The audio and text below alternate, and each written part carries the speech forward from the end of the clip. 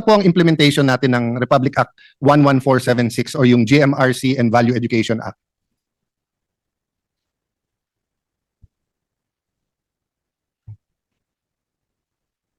So full implementation na siya, Minority Leader, and under this law which ang isang principal author si Senator Mig Zubiri and yours truly. So meron na siyang full subject in all levels. 50 minutes, no? Or 1 hour? Almost 1 hour. 50 minutes to 1 hour. Every day po ang GMRC. Okay. So thank you for that, and I'm happy that the authors in the Senate, I was in the House doon.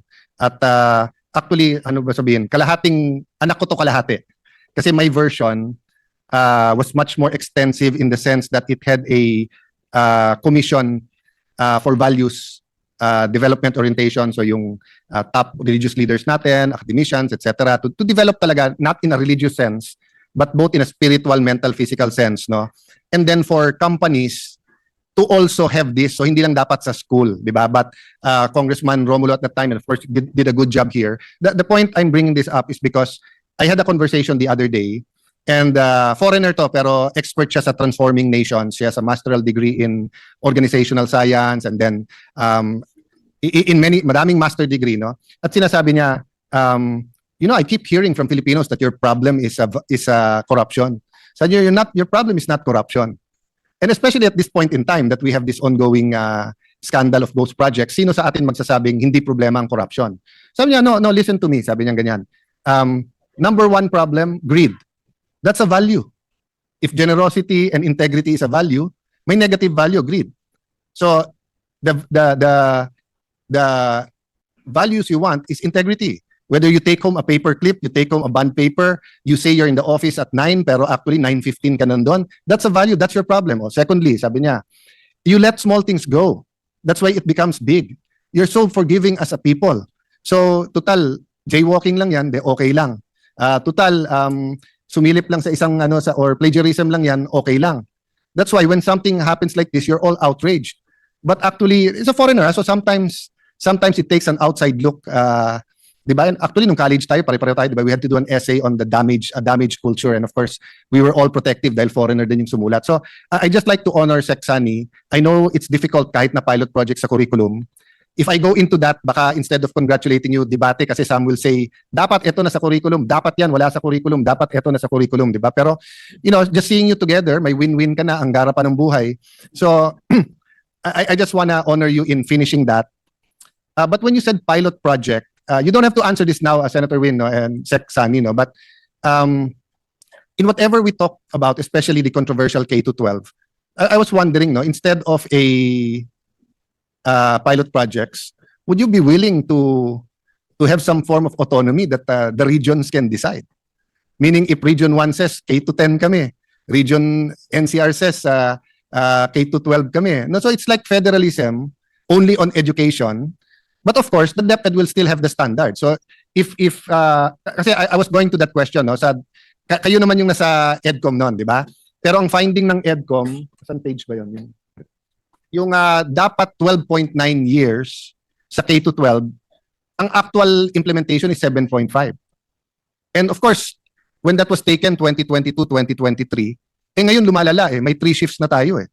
So yung 3 shifts, duda ko, less than 7.5 yon.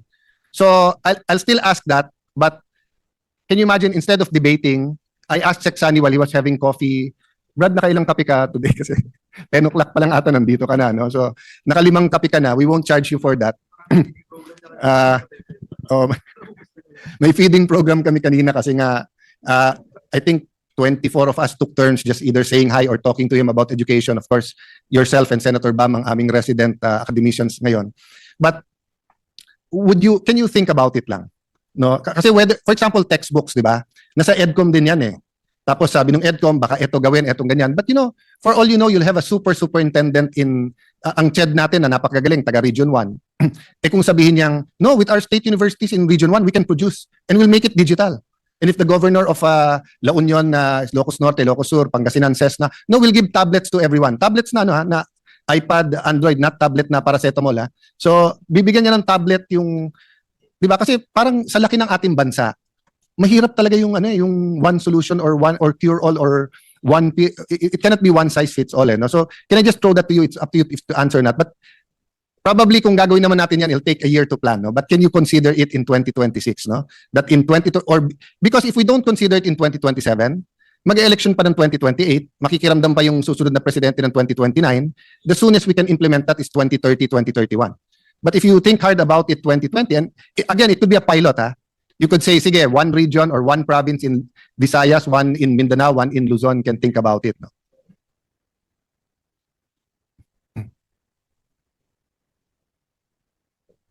But thank you very much, Minority Leader. Meron talagang school of thought na mas maganda i-devolve yung education system natin. So DepEd will just manage the curriculum and standards. Pero yung LGUs yung delivery, no? Yung pag-hire ng teachers, pagtayo ng classrooms, and yung kanya-kanyang delivery na, but on the same curriculum and the same standards. So may mga ganun na school of thought. Of course, we will need a law to do that. Dahil may mga LGUs talaga na very passionate about education and they're willing to spend on education. So hayaan natin silang gumastos.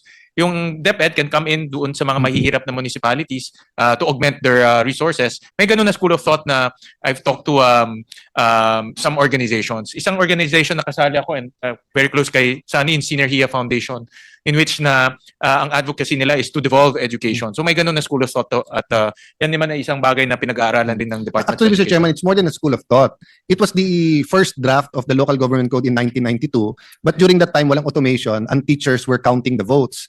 And many in Congress, whether wittingly or unwittingly, wittingly meaning ayaw ipasa sa local or unwittingly it was a side thought, chose to replace education with health. Ang health ang dapat hindi dinevolve sa original Local Government Code, di ba? Tapos nilagay yung ano. So tama ka, it continued as a school of thought. But what I'm saying nga is not even devolution, just autonomy.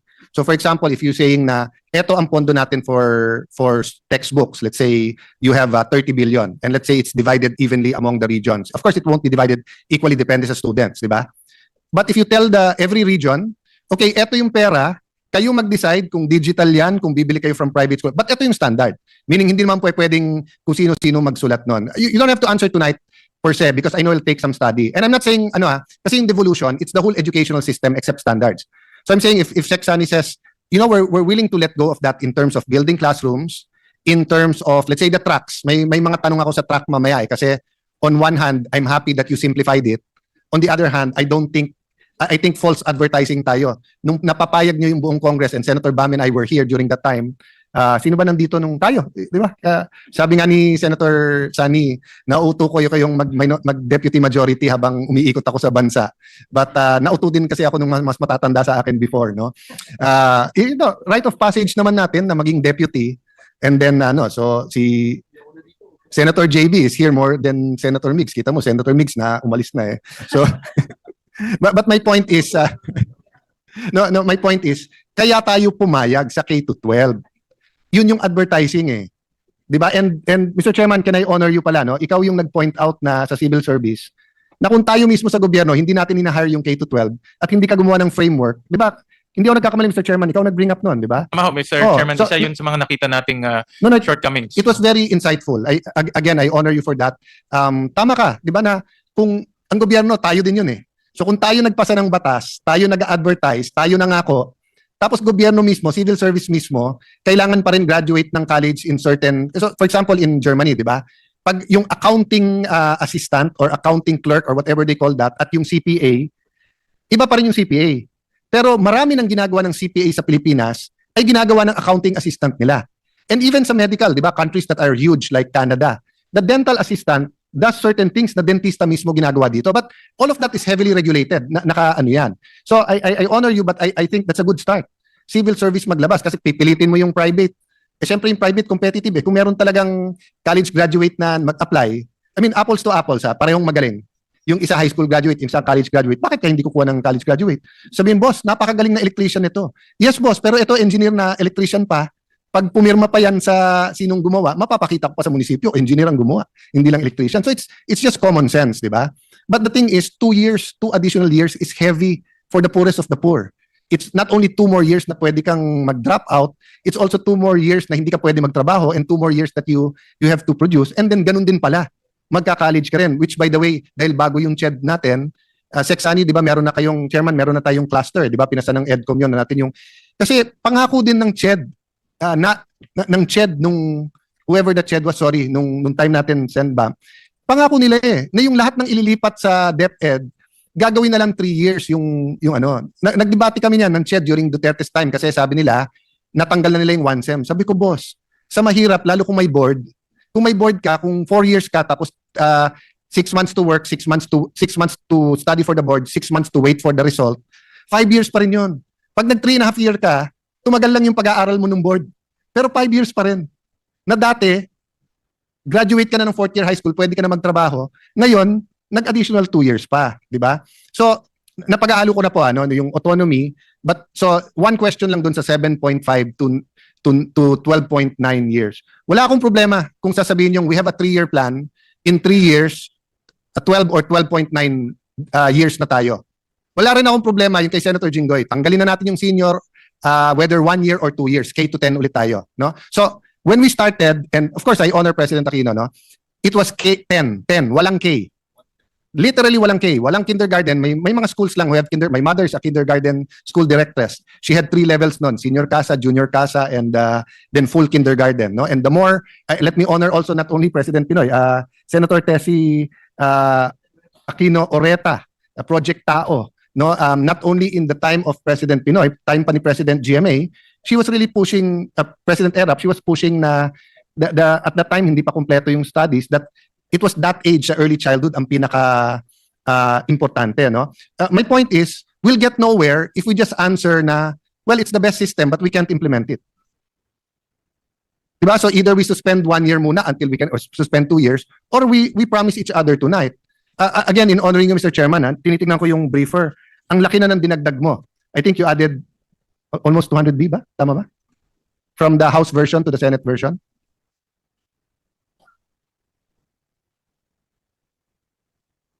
About mga close to about 77. 77, okay. But if pina-compute natin ngayon, ang kinumpute pa lang natin classrooms hindi, tapos teachers na kulang. Hindi pa natin kinumpute sa tracks.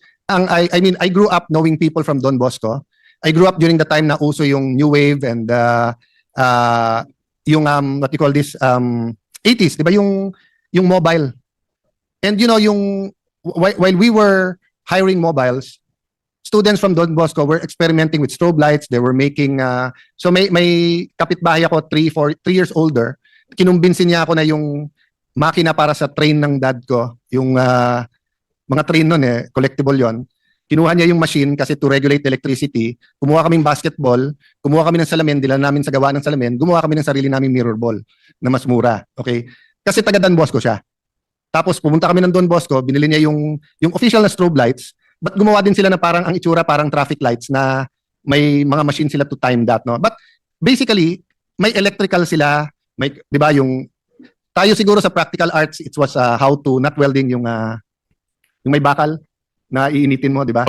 Solder. Soldering, 'di ba? Soldering, Ganun. solder. Mga ganun yung ginagawa, 'di ba? Tapos yung women naman, sewing, cooking, tapos sa school namin, you change for 1 semester. 1 semester mag-HE kami, home economics, 1 semester sila mag practical arts ang tawag.